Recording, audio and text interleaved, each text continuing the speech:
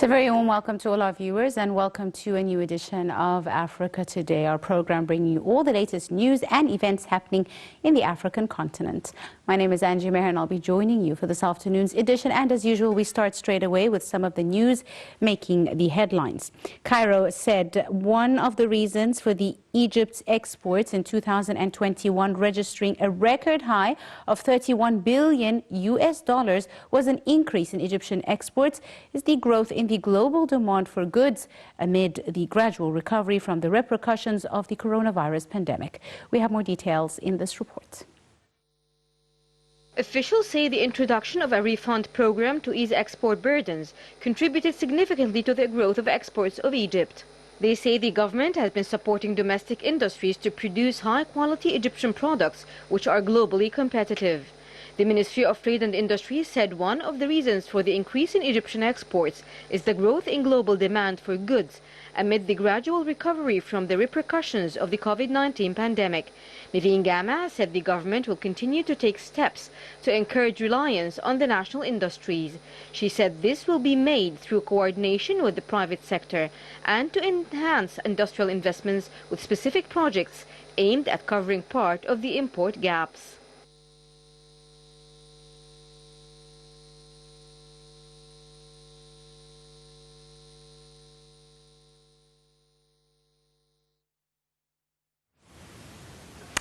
And now we're delighted to be joined over the telephone by our guest, Dr. Ahmed El-Lethi, the international economic expert. A very good afternoon to you, Doctor. Good afternoon to you, ma'am. Thank you so much for your time, Doctor. First and foremost, the Egyptian exports last year, 2021, registered a record high of about $31 billion. What does this number tell with regards to this year's economic outlook, sir? Okay. First of all, this number tells that the current administration has a focus and has a roadmap and here on their strategic priorities and what they want to do. The president has set a target that he desires the Egyptian export to reach $100 billion. So, of course, this is not going to happen in 1 year. This is a vision. It is strategic. It is long term.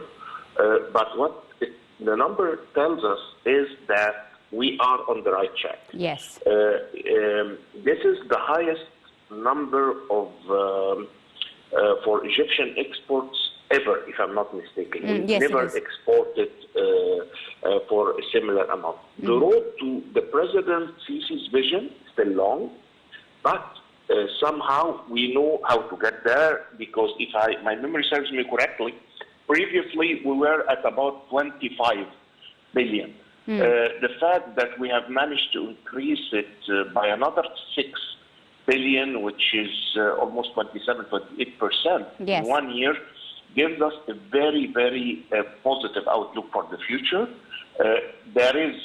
We must have done something right to achieve that in such a short period. There is plenty of things that we still need to do. At the end of the day, the exports are not the ultimate objective. The ultimate objective is to rebalance the balance of trade. If I'm not mistaken, and again my memory serves me correctly, we import for about more than $50 billion, yes, and we export about 25, or we used to until we have achieved this number. What does this tell us? This tells us that the Egyptian economy is under a lot of pressure,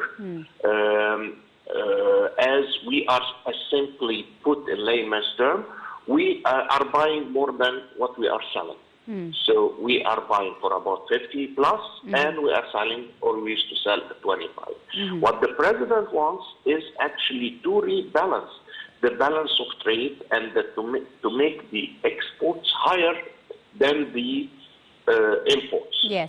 If we do that, and it's a very, very ambitious vision, if we achieve the president's vision, we all of a sudden we're going to see that the currency, the foreign currency, especially the US dollar, for example, if it is the currency of trade, is going to actually, value is going to go down automatically. Yes. These are economics 101. Yes.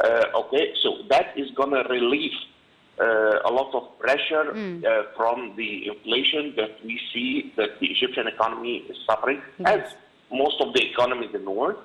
And, it will give us a continuous improvement process in the reliability and the solidarity of the Egyptian economy. Absolutely. Which we are in the right direction. So to answer, it's a long answer to a short question. We are on the right track. On the right path, yes. One step definitely towards the present vision and towards where we should. But we still have a long road. Let's not have two thoughts about it. We still have a long road to walk ahead of us. Indeed. Doctor, let's talk a bit about some of the reasons behind the increase of these exports. Some reasons include that there is a global recovery from the coronavirus pandemic and, of course, an increase in demand for more products. How do you see this possible explanation? Actually, I might not actually subscribe to these two reasons. I think it is, the main reason I would say is, again, it's the focus of the presidency and the current administration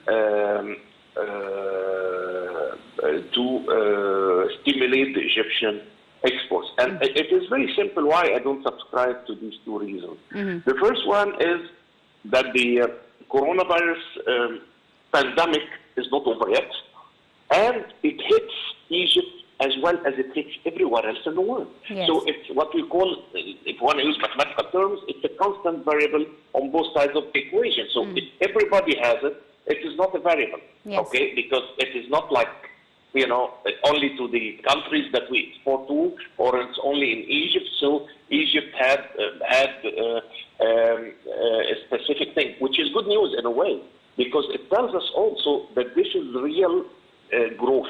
Yes. This is not just tactical or a shot of luck for 1 year and the number would be at risk. This tells us that we are growing our exports for real. The increase of the global demand, again, it's an aggregate increase. It's an increase everywhere. And whatever we are exporting is being sold by someone else. Yes, okay? Right. So the government must have done something right to get the buyer on the other side, on the receiving end, to choose to increase what he buys or purchases from Egyptian products by about 30%. Absolutely. Okay, so again, it's not really about the demand. We could have supplied that demand from any other country, but because we're doing something right, they choose to buy from us. Yes, and on that note, Doctor, the Ministry of Trade and Industry said that the government indeed has been supporting domestic industries to produce higher quality Egyptian products, which have become more globally competitive, as you said, sir.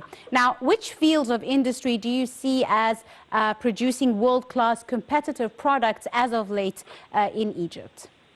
I think that there are two sides to it. The first of all, we have traditionally been a very big supplier, and we had world-class products, agricultural products, like the Egyptian cotton. Yes. It is, in a way, disheartening, in a way, to see that we have lost a little bit of that edge. I mean, until today, if you go to the U.S., the biggest economy in the world, and you say, this is Egyptian cotton, that automatically recommends a premium, okay? That automatically sends the message to the consumer or whoever is going to buy that product is that this is as good as it gets. This is the best quality. I think we still have a huge opportunity to elaborate on this, okay? We need to take it to the next step and actually not just, as the President mentioned recently in one of his speeches, it is very good that our cotton regains its place on the global leadership of one of the best fabrics that you could have any garment made of. However, we can still add a lot of value, including creating employment. If that Egyptian cotton is produced or weighed in Egypt and then it gets exported as finished product or garment. Yes. Okay. And it will require a lot of work, a lot of arrangements with the manufacturers, the global manufacturers, because we want to bring on board the global brands to manufacture in Egypt. Today, most of these brands are manufacturing in Asia, which requires them quite often to either work with the suboptimum quality raw materials, and they leverage the labor, the cheap labor that they get over there. But again, there is a lot of debates about the working condition and what they call the workers. That it's almost against the human rights and that sort of thing. So the smart way, and again, this is another direction that the president has set for all of us, that we want to produce here, which means, and then we export finished products. As we produce at the quality, at the standards, at the models, and the know-how of the global leaders in garments. So the biggest brands, without mentioning them. We need to bring them onshore, and then they produce our own waste cotton, and then they re-export. Like this, if we do that, we will be moving from an exporter of raw material, even if it is the best raw material in the world, to an exporter of a finished product, which means you're going to have an industry, which means you need to build an infrastructure, which means you're going to create jobs for the youth, and you're going to evolve. And of course, that value added, it will increase the value of what you export. Will fix your balance of trade once more. So I don't know, just a hypothetical number. Instead of exporting a ton of Egyptian cotton, you can export probably 15 or 20 tons of garments, finished garments, ready to wear. So that is almost exponential value increase. Yes. And this is what we need to go, where we need to go. It's a vision. It will require a lot of groundwork, because the competition in that area is fierce. It is really cutthroat.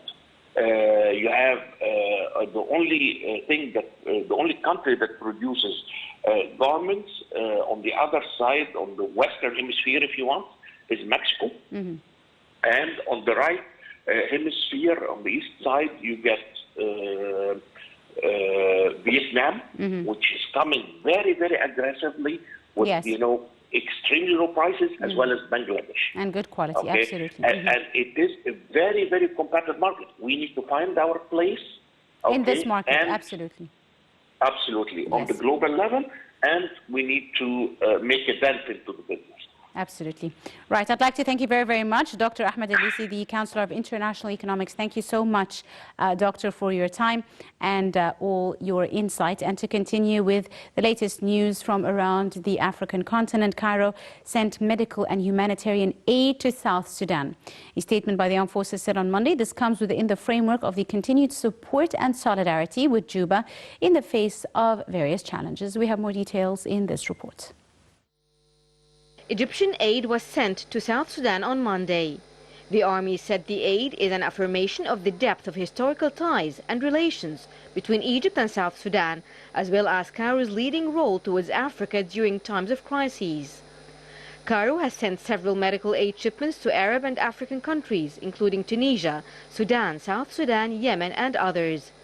South Sudan has expressed its appreciation for the efforts made by Cairo to support their brothers on the continent, stressing that such humanitarian actions contribute to deepening the long-standing historical relations between the two sides.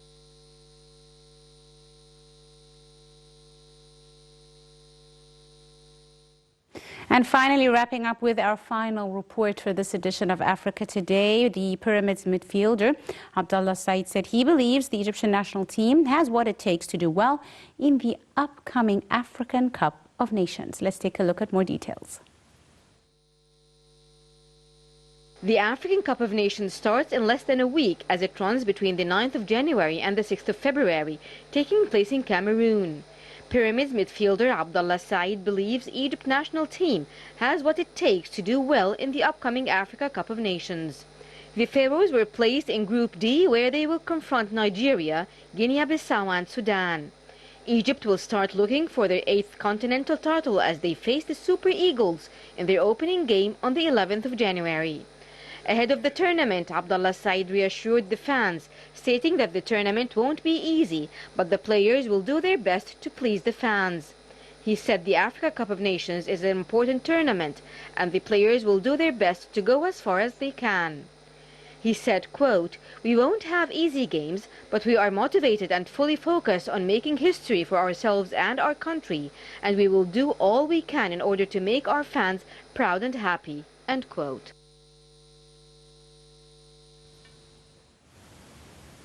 And on that final sporty note, we wrap up today's edition of Africa Today. We do hope you have enjoyed it. Join us again tomorrow for a new episode. Till then, you are in the company of myself, Angie Meher. Many thanks for watching.